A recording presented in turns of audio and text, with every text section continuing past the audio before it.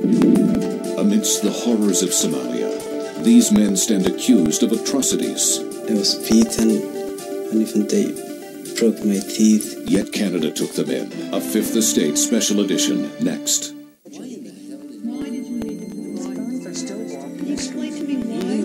I'm asking. Explain this.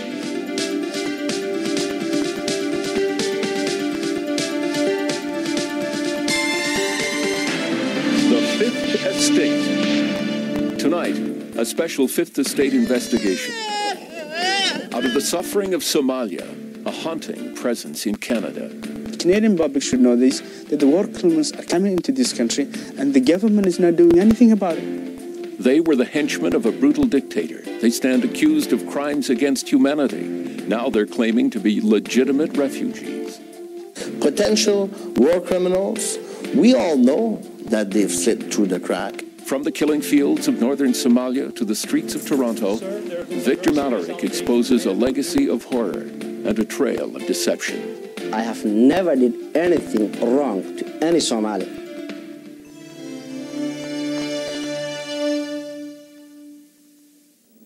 Good evening, I'm Victor Malarick. We've all recoiled in horror at the images of the dead and dying children of Somalia. It's an appalling and all too familiar litany of famine and starvation, but it's played out against a background of tribal warfare and cold-blooded Cold War politics. Tonight, in a special full edition program, we're going to show you how and why Somalia has become the latest hell on earth, and how some of the men responsible for that hell have managed to escape to Canada. They are the men who served Somalia's deposed dictator, Siad Barre, and helped him brutalize a nation while most of the world looked the other way.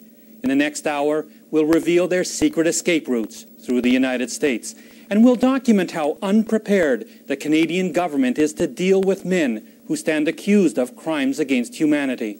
It's a story some people don't want you to see.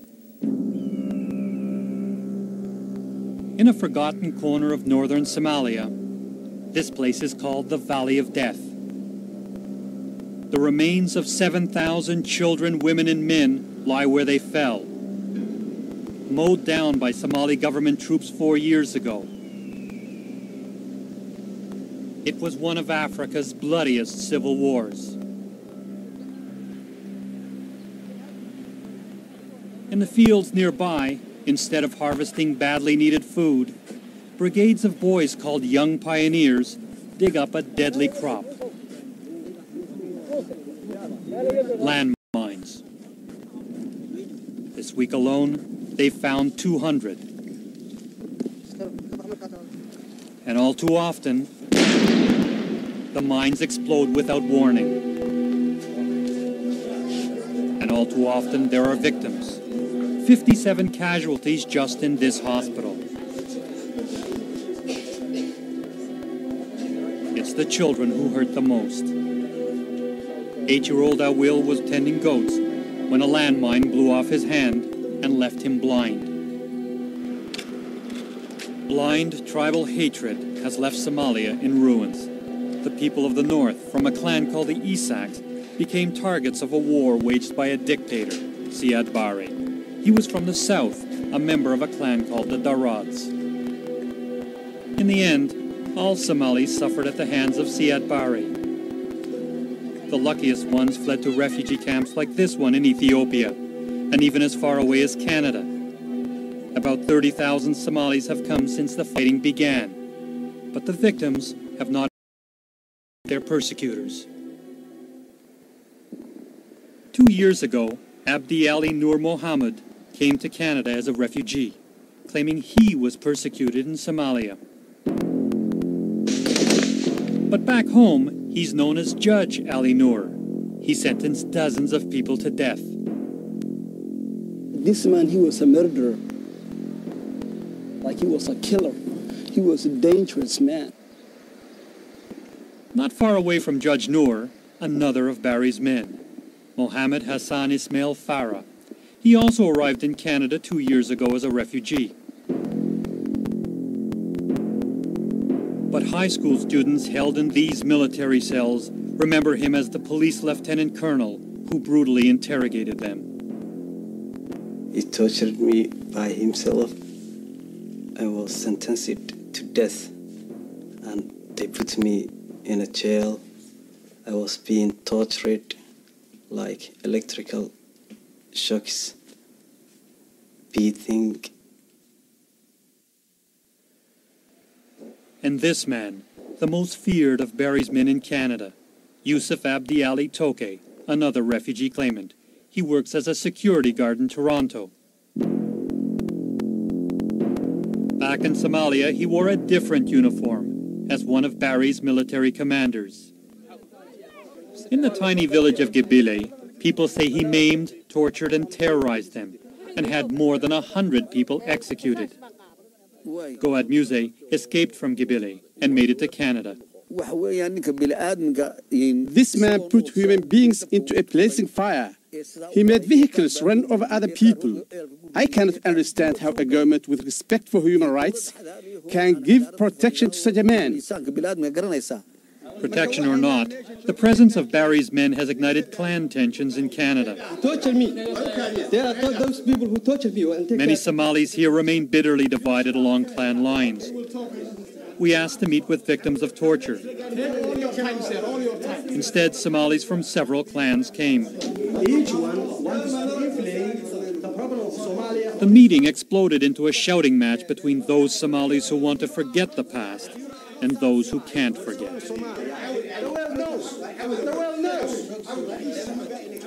Anti-Siad army came. They opened fire indiscriminately. I saw so many classmates dying in front of me. They torture us. They keep us in a military base. And whenever I remember my friends dying in front of me, it keeps me. I can't even talk to that situation now. There shouldn't be any witch hunt, as has been going on, for the Nazis, I think we as Somalis, we need to be forgive and forget. History repeats itself. If we don't take a stand now and condemn it, what happened in the time of Siad Barre will come back again. A second Barry official in Canada was one of his senior police officers in the Criminal Investigations Department. Mohammed Hassan Ismail Farah arrived in November 1991. He told immigration officials he was with the Somali anti-drug squad for 17 years. In Somalia, Farah was a police officer, but his war was against dissidents, not drugs. In 1984, Barry arrested hundreds of high school students for protesting against his regime. 7 boys were taken here to these military barracks in Hargeisa and were sentenced to death. They broke into our house at night. I was pulled from my bed and taken to a place near the military headquarters. Farah was in charge. Abdi Mohammed Ismail was one of those boys. Now in London, England, he never forgot what Farah did to him. He took pliers to take out my tooth. He said, if you don't answer all our questions, we will pull out all your teeth.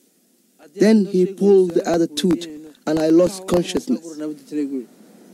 Ismail had no trouble recognizing his torturer. Yes. This one is a man, Farah. Another of the 7 condemned teenagers now lives in Toronto, not far from his torturer. Yusuf Mohammed Isse was 15 when he faced Farah in a jail cell. What kind of ways were you tortured? They tied me up like this.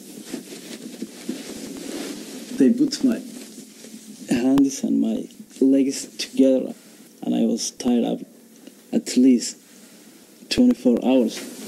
And they hit me. Something I felt like a bird of the rifle on my cheek. Is this the man who tortured you? Yes, he's Mohammed Hassan Farah. Only a worldwide campaign by Amnesty International saved Yusuf, Ismail, and 4 other boys from the firing squad. The 7th was executed. Farah wouldn't be interviewed. His lawyer says Farah was not in Somalia in the summer of 1984 when the students were tortured. Farah also told immigration officials his wife and 2 children are still in Somalia, but we spotted them with him in Toronto. His wife arrived here as a refugee, a full year before Farah did. Despite these discrepancies in his story, Farah got to stay. He was declared a credible refugee last January and got his work permit a month later. Judge Ali Noor, police interrogator Farah, and Army Commander Toke are among a dozen of Siad Barry's officials, friends, and relatives now living in Canada. Even Barry's eldest son, Ali Mohammed Siad, a colonel in his father's army, found a new home here. When we return, we'll examine how they made it into Canada through the United States. Judge Noor came to Canada through the U.S. Police interrogator Farah spent 7 months in the States. Army Commander Toke was back in the U.S. for more training at an Air Force base in Mississippi for 5 months in 1990, before he crossed into Canada. Abdi Ali Noor gave his real name, said he was a military judge, and got in. Mohammed Hassan Ismail Farah used his real name, said he was a senior police officer, and also got in. Yusuf Abdi Ali Toke used his real name, said he was a military commander, and he walked right in. Immigration officials also seemed reluctant to pursue the case of police interrogator Mohammed Farah. Farah was about to be accepted as a refugee last March. That was too much for Ahmed Samatar, a community leader. He took surveillance photographs and gathered testimony. He alerted the department, and Farah's hearing was delayed. But Samatar wonders if immigration really cares. Now you have a number of witnesses. Has the immigration department come to you and said, let us talk to them? Not yet, no. They haven't pre-interviewed them? Not yet. What does that say to you? They're not interested. Police Lieutenant Colonel Mohammed Hassan Farah is scheduled to appear for his second refugee hearing on October 14th. His case could drag on. As for military commander Yusuf Abdi Ali Toke, the immigration department says they still can't find him. So he's still punching his clock as a security guard in Toronto, marking time in his newfound home.